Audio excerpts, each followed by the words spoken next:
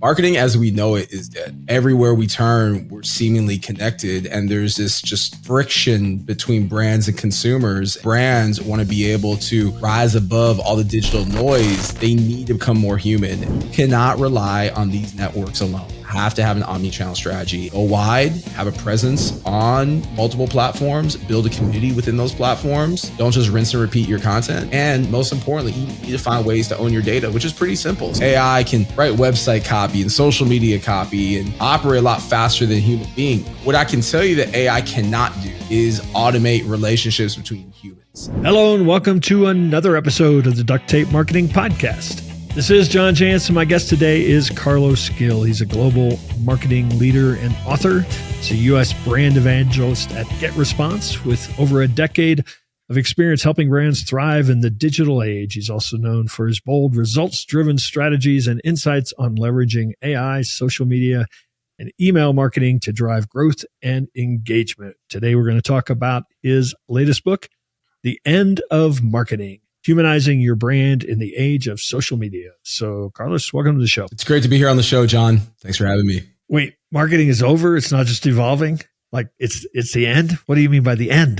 The end is just that. Look, the first line, the end of marketing, it's real provocative. The title in itself is intended to be a provocative, engaging title to reel people in. And the first line of the book, not to spoil it for anyone, because I hope you go out and you buy it, but it's marketing as we know it is dead. Right. And that's the caveat, that as we know it. And I say this because I myself, being millennial, right, I've been around now for multiple decades and generations. I've been able to see this kind of shift throughout my lifetime from once not having digital technology to having digital to having the web to now everywhere we turn, we're seemingly connected. And there's this just friction between brands and consumers. And I know we're going to talk about the book, so I don't want to give too much away early on. But the whole premise of the end of marketing is that if brands want to be able to rise above all the digital noise that's existing today, they need to become more human. And look, to be transparent with you, I wrote this book in 2019. It came out in 2019,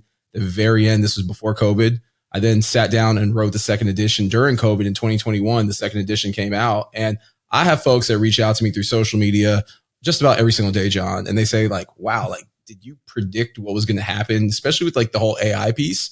Because I would say the end of marketing speaks more so today to a 2025 reader, honestly, than in 2019 when I wrote it. Mm-hmm.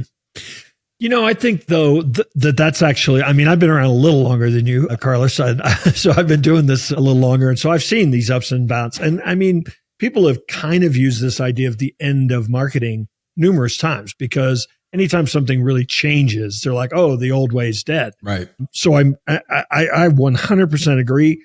It's changing faster than ever. This idea of, all the AI is creating more sameness and more noise, than ever before. So touch a little bit more on this idea.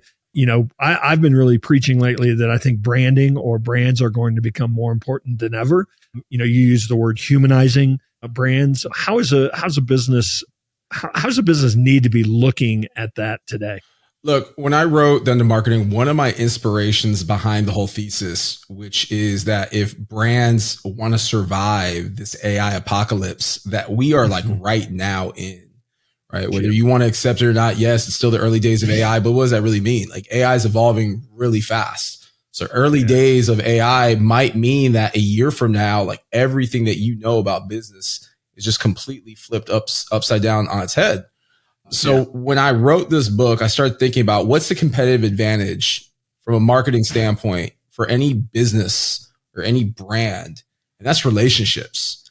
And I know this, having worked previously on the inside of brands, leading social media, having previously worked for LinkedIn, being a social network, that you can't really scale or automate relationships, right? So when you think about what AI is able to do, yes, AI can write copy for you. A lot of the AI that we refer to is more so language models, such as ChatGPT. So yes, AI can write website copy and social media copy, and it can operate a lot faster than a human being. Great. I love it. But at the end of the day, is it as effective as a human behind the controls? I think that's TBD. What I can tell you that AI cannot do is automate relationships between humans. And that's like a core theme of the book. The core theme is just that. Like at the end of the day, whether you use technology to help you do your job or not, a relationship means a lot. And especially in this era that we're in, where I fully believe by 2030, the value of a relationship, I'm not talking about social media follower, I'm talking about a real relationship, being able to, hop on a webcast, do something like this with you, connect people, sit down, have human to human interaction. There's going to be an immense premium on that experience. And for brands, in order to stand out, you can't automate that. So how do you stay competitive when you're a multi-billion-dollar brand and you're looking to stay competitive within your own category? Well, it's simple, right? You've got influencers, right? That is one solution. But influencers, as I write in the marketing, they're really just a Band-Aid. They're a temporary solution, right? You hire an influencer, they promote your brand, you see a little temporary bump in traffic to your website, right? It looks good. But when that influencer goes away, they take their following with them. So in order to sustain that success, you need to start making people the faces of your company. And ironically, the role that I'm doing now, what I've been doing with GetResponse for the last year, GetResponse being an email service provider that was created in the late 90s, is they brought me on board to serve in this brand evangelist role. And really, what does that mean? So I wear multiple hats, right? Internally, I'm a marketing, strategist, thought leader within the brand. But on the outside, I'm doing this. I'm on podcasts. I'm a company spokesperson. I'm speaking on behalf of the company at events. I just came back from South by Southwest. I was on the scene creating video content. This, what you're kind of seeing in action through myself, is honestly, John, like the perfect bow to put on my own book that I wrote, The End of Marketing, because I'm living it. I'm doing it. I'm showing other organizations out there, this is how you humanize your brand through people. It's not always hiring influencers. It's having a really strong and effective employee advocacy strategy. It's training your employees to really humanize your brand through their own content. And then it's also going out and finding individuals that can embody your brand and bringing them within, whether it's hiring an influencer in-house, right, to work for you for a year, whether it's hiring someone like myself to go out and create content on your behalf. It puts a human face and voice on the company. And I tell you what, this, I believe, is the new wave going forward for brand marketers. And the smart ones that figure out that balance of how to still sell, how to still market, but doing it in a way that feels authentic. You're doing it through a real human being. Those are the ones that are going to stand out. Otherwise, I really believe you're going to start seeing a lot of companies start scaling back on social, start even scaling back their digital presence, because again, you've got AI that now is able to operate faster, move more lean, create content for you. And that in itself creates a real challenge for brand marketers. I'm seeing actually there's this whole kind of AI is going to replace people, kind of meme that's out there very wide. And there's no question it's replacing functions. Mm-hmm. But I actually had someone on the show the other day that has created an AI tool. And they said that what it's actually doing is they're using AI to do a lot of, I don't know, let's call it grunt work that people used to have to spend their time to do. And it's actually freeing their people up to do more relationships and to spend more time, just meeting with people over lunch, or whatever it might be. And I think that that's actually the smart way that people are going to invest in their people, is to not look at this as like, oh, we can go down to 2 people now because we can have AI do all this. It's like, no, we can actually realign or refocus what our people actually do 100%. That is going to, establish this brand, as a different, standout brand. Yeah, look, 100%. I have a love-hate relationship with AI. I use AI throughout my day. But what I will say is that it's very easy as a marketing professional to become reliant on AI to the point where it almost makes it hard for you to think for yourself. And that is the slope of all this technology, right? You become super reliant on it. And then ChatGPT goes down. It's like, oh my God, like I forgot how to write, right? Like it literally becomes like that. So what I always say is like, look, you need to find ways to make AI your trusted assistant. Right? Historically, you have a marketing agency that you work with. You lean on them to write your social media ad copy. You lean on them to help you ideate. Like you have to build a relationship, you're using ChatGPT, right? You have to build a relationship with your ChatGPT. There's no other way around it. I have now spent a couple of years finessing and refining. But what I will say is the way that I use AI helps me actually be much more creative, because I know now that I have a trusted companion within ChatGPT that if I'm, for example, in an airport and an idea comes to my mind, I can speak into my phone and I can get real-time feedback. Right. I can help, ideate with the help of AI without having to call someone, without having to pay an agency. Right. So like there's that aspect of it that I believe has it's good.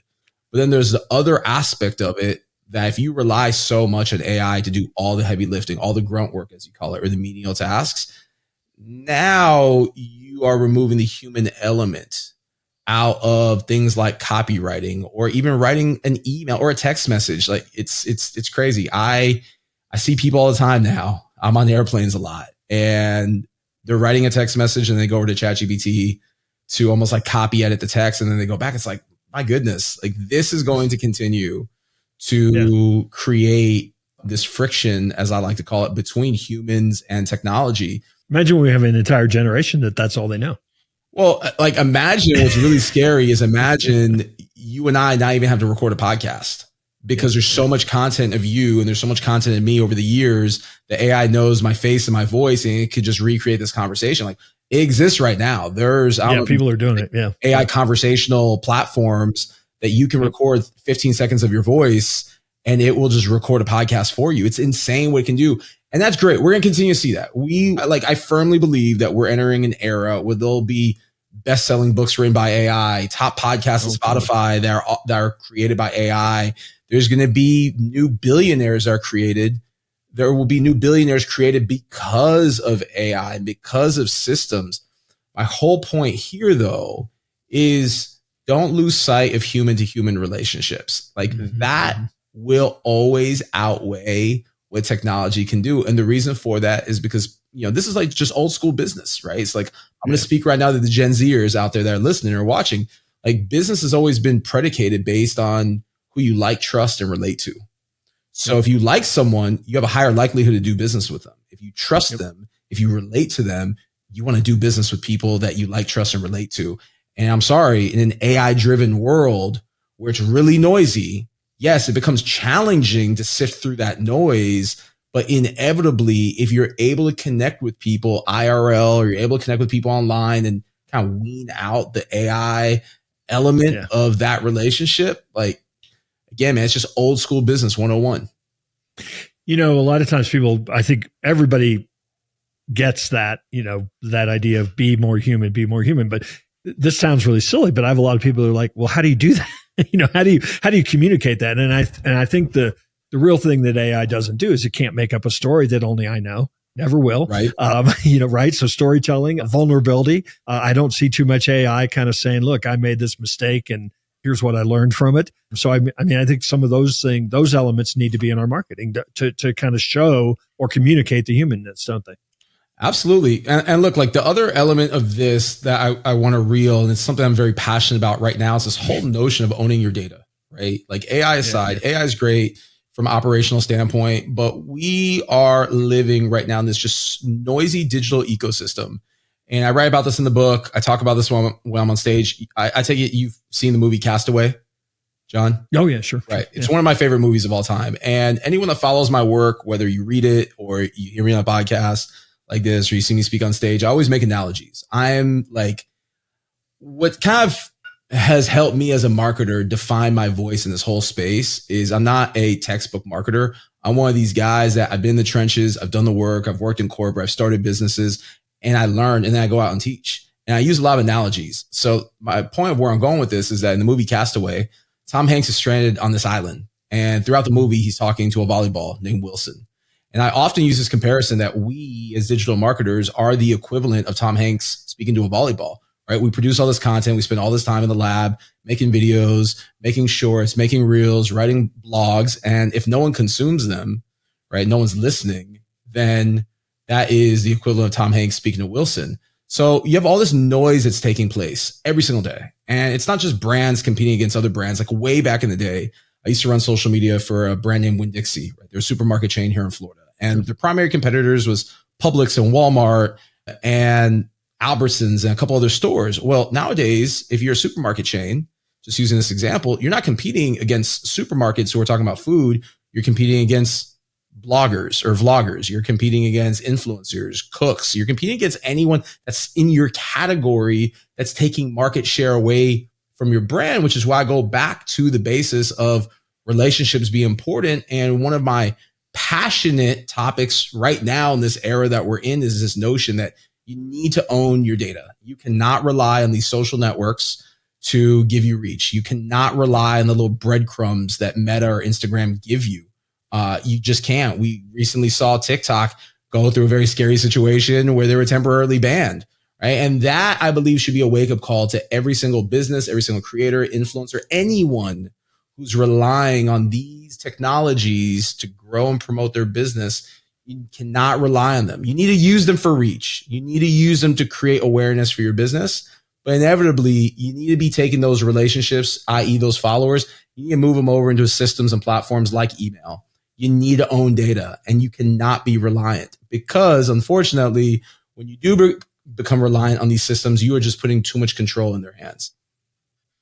Yeah, it used to be, when, I don't know, let's say 2005, 2006 or so, when social media started, popping on the scene, it was very much seen as a top of the funnel. Like, here's how to get reach, here's how to get exposure, here's how to get seen. But you got to drive people back, to the property you own. Mainly, we tried to drive people back to our websites, right? We'd post our blog and say, here, come read my blog here. Well, now a lot of those platforms don't ever want you to leave. And so, you get penalized for doing any of that kind of drive people back. And another thing I'm seeing happen is, on TikTok, you're seeing entire journey or entire, funnel happening on TikTok. It's no longer just top of the funnel. People are actually transacting.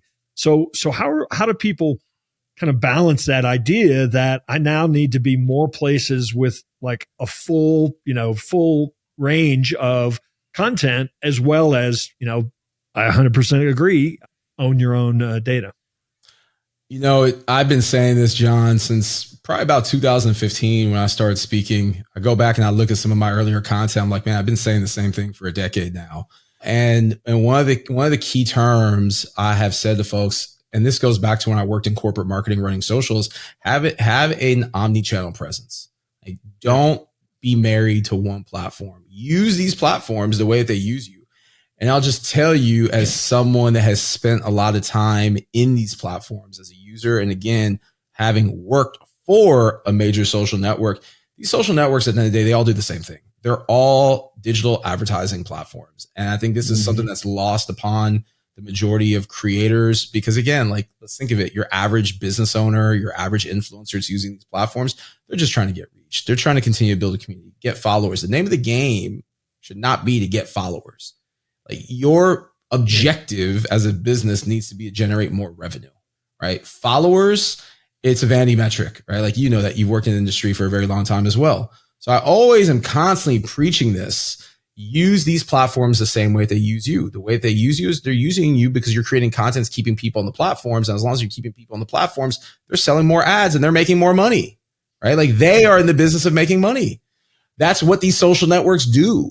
And again, and let's throw Google in under the bus too. That's what Google's, it doesn't make them bad. Well, like, by any means, like, if anyone from Google or LinkedIn or Meta or any of these platforms are listening or watching, like, this doesn't make them bad. It's just understanding the game. Like, these are businesses. Right. So if I am running a business, right, I always use this analogy, again, going back to the analogies. If I, for example, am running, let's just say, a flea market, right? We all know what a flea market is. You cannot walk into my flea market and set up a table and sell without paying $100 to the owner of the flea market to rent for a day. If you're a barber, you can't go to a barber shop and cut hair and not expect to give the owner his or her cut. That's just business.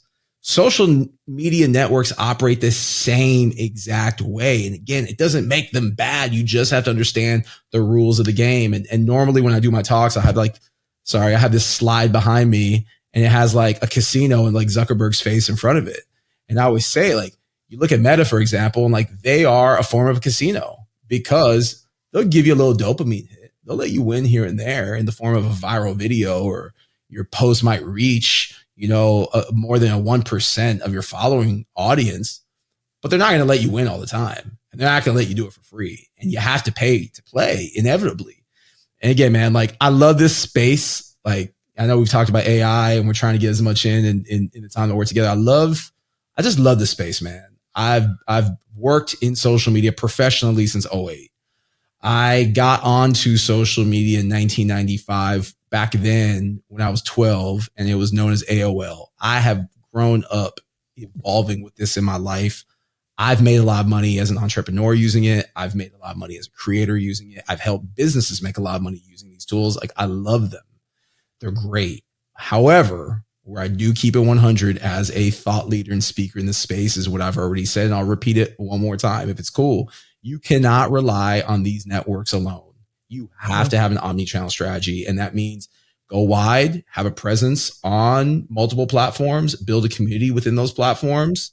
Don't just rinse and repeat your content because now you're not giving people an incentive to go follow you in different channels. And most importantly, you need to find ways to own your data, which is pretty simple. Start up a newsletter, right? Go to GetResponse, sign up, get a newsletter. And then as you're creating content that people enjoy seeing, remind them, hey, if you want to see more of this, if you want to be a part of my insider circle, my club, my mastermind, however you frame it, now you have a solution to give people that you own. So you don't have to rely on the algorithms. Yeah. And just another practical nod to that idea is that a lot of times people have to bump into you in about 5 places before they start paying attention, so it's the old, I got to hear your message or see your sign or whatever it is multiple times before I'm, really going to start tuning in.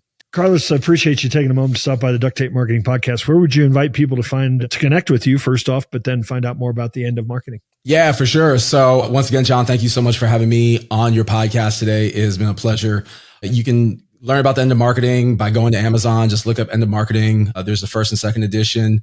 Also, I want to call out GetResponse. Shout out GetResponse. Go to getresponse.com. You can sign up for a free trial there. If you have any questions with regards to setting up a newsletter, email marketing, please be sure to reach out to me. You can connect with me on all the socials, Carlos Gil 83, LinkedIn is my go-to platform of choice. So if you want, you can connect on me there. But I love Instagram. I love TikTok, love Facebook. I am a proponent of, let's get to know each other. LinkedIn is great, but you're only gonna get to know so much about me and me of you on LinkedIn. It's a professional social network at the end of the day. So if you're on Instagram, look me up at Carlos Gil 83. Let me know that you heard this episode of the Duct Tape Podcast. And any way that I can help you out, just let me know. I'm here. I got you. Awesome. I appreciate it, Carlos. And hopefully we'll run into you one of these days out there on the road. All right, John. I appreciate you.